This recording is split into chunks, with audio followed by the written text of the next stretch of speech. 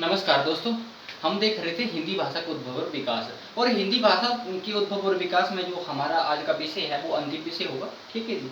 और इसके बाद हम करेंगे किसी अगले विषय पर प्रस्थान। ठीक है।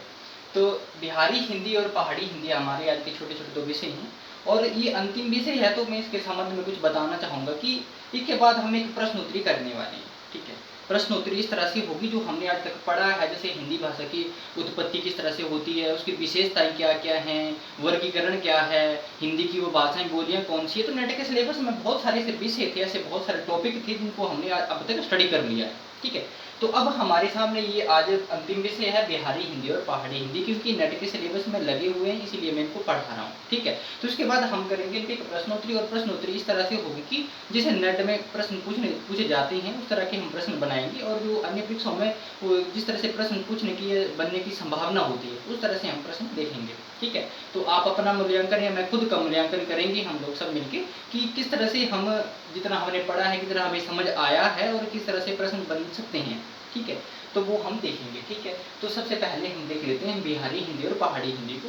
ठीक है। तो बिहारी हिंदी और पहाड़ी हिंदी से सबसे पहले तो प्रश्न यही बनता है कि उत्पत्ति कौन से अपभ्रंश से हुई है, अपभ्रंश के कौन से रूप से उत्पत्ति होती है। तो बिहारी हिंदी के संबंध में अगर बात करें हम, तो बिहारी हिंदी की जो उत्पत्ति है वो मागधी अपभ्रंश से होती है। ठीक है।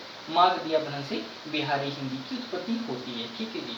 तो एक प्रश्न तो ये बन गया, और इसके बाद हमारे सामने आता है कि बिहारी हिंदी की बोलियां कौन कौन सी हैं। तो बिहारी हिंदी की बोलियां जो है वो मगही, मैथिली और भोजपुरी तीन उपबोलियां हैं। ठीक है।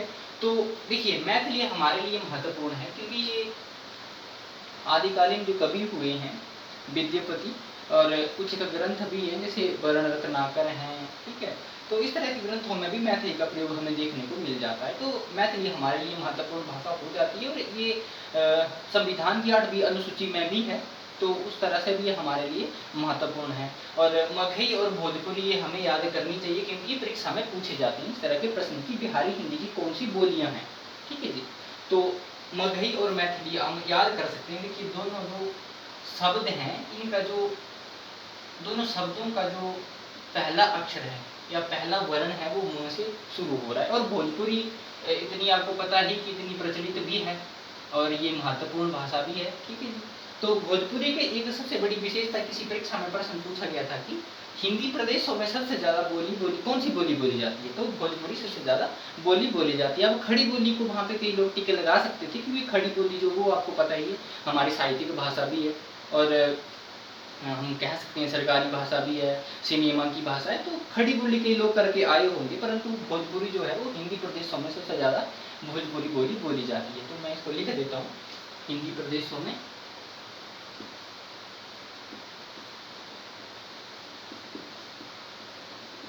सबसे ज्यादा बोली जाती है।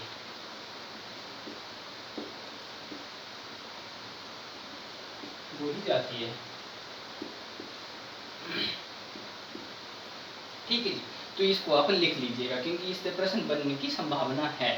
ठीक है। तो ये जो मैंने बताया आपको सबसे पहले कि बिहारी हिंदी की उत्पत्ति अपभ्रंश के कौन से रूप से होती है, और अब बिहारी हिंदी की कौन सी बोलियां हैं, और उसके बाद जो एक प्रश्न बनने की संभावना है बिहारी हिंदी से कि हिंदी प्रदेशों में सबसे ज्यादा कौन सी बोली बोली जाती है, तो ये भोजपुरी बोली जाती है। ठीक है जी। तो इसको मैं मिटा रहा हूँ। उसके बाद हम देखते हैं पहाड़ी हिंदी को।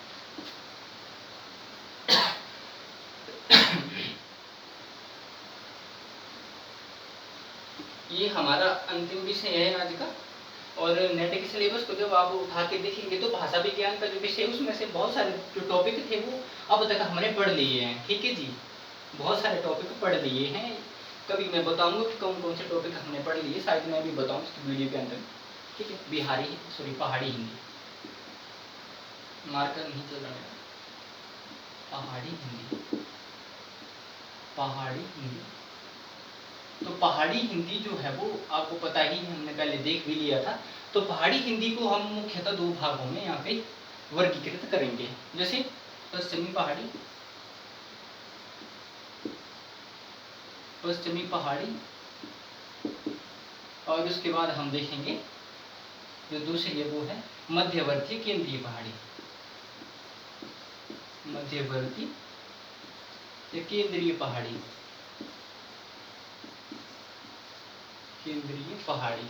मेरा मार्कर फीका हो गया है, तो आप अच्छे से लिखिएगा, ठीक है जी।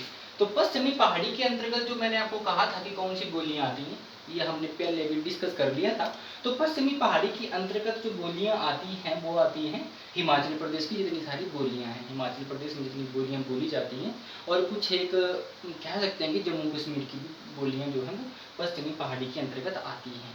तो जो भाषा विज्ञानी हुए हैं और उन्होंने हिंदी साहित्य के इतिहास भी लिखा था, जॉर्ज ग्रेसन के बारे में आपने पढ़ा होगा, उनकी पुस्तक है लिंग्विस्टिक सर्वे ऑफ इंडिया, ठीक है जी, भारतीय भाषाओं का सर्वेक्षण, ऐसा करके उसका हिंदी नाम है।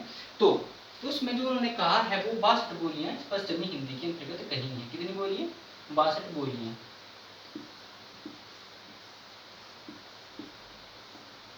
बोलियां ये पश्चिमी हिंदी के अंतर्गत उन्होंने कही हैं। और कुछ एक बोलियों जैसे हिमाचल प्रदेश की दो, कह सकते हैं कि दो ये बहुत प्रचलित बोलियां थी, कांगड़ी और बिलासपुरी। तो कांगड़ी और बिलासपुरी का जो वर्गीकरण था जॉर्ज ग्रेसन जी ने उन्होंने पंजाबी से विकसित माना था, परंतु जब उन्होंने अपने ग्रंथ को संशोधित किया दोबारा से, तो उन्होंने कांगड़ी और बिलासपुरी को भी हिमाचली या पश्चिमी पहाड़ी के अंतर्गत रखा था, ठीक है जी। तो 62 बोलियां उन्होंने अपने इस ग्रंथ में कही थी। अब बोलियों की अगर बात करें तो जैसे कांगड़ी है, मंडियाली है, चंबियाली है, सिरमौरी है, भद्रवाही है, बहुत सारी सी बोलियां हैं जो 62 बोलियां हैं वो पश्चिमी पहाड़ी के अंतर्गत आती हैं। तो मैंने आपको ये बता दिया और आप इसको लिख भी सकते हैं, ठीक है जी। अब हम बात करते हैं मध्यवर्ती पहाड़ी, केंद्रीय पहाड़ी की।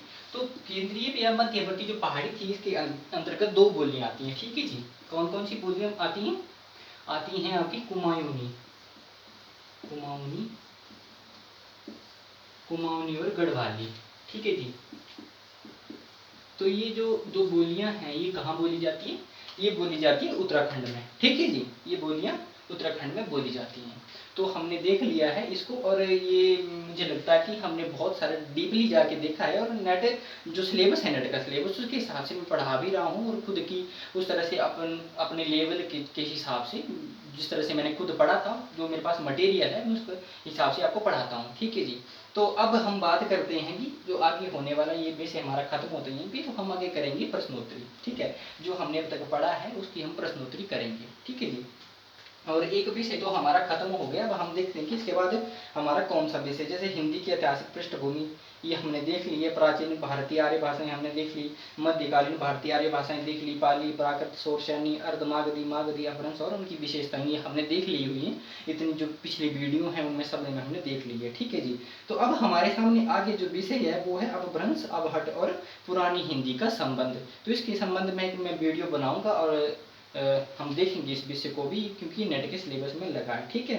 और उसके बाद हमने और भी बहुत सारे विषय देख लिए, जैसे आधुनिक भारतीय आर्य भाषाएं और उनका वर्गीकरण, ये भी तो हमने देख लिया है, ठीक है जी। और उसके बाद हिंदी का भौगोलिक विस्तार, ठीक है, ये भी तो हमने देख लिया था। हिंदी की वो भाषाएं, पश्चिमी हिंदी, पूर्वी हिंदी, राजस्थानी, बिहारी तथा पहाड़ी वर्ग और उनकी बोलियां, खड़ी बोली, ब्रज और अवधि की विशेषताएं, ये भी तो हमने देख ली हुई हैं पहले, ठीक है।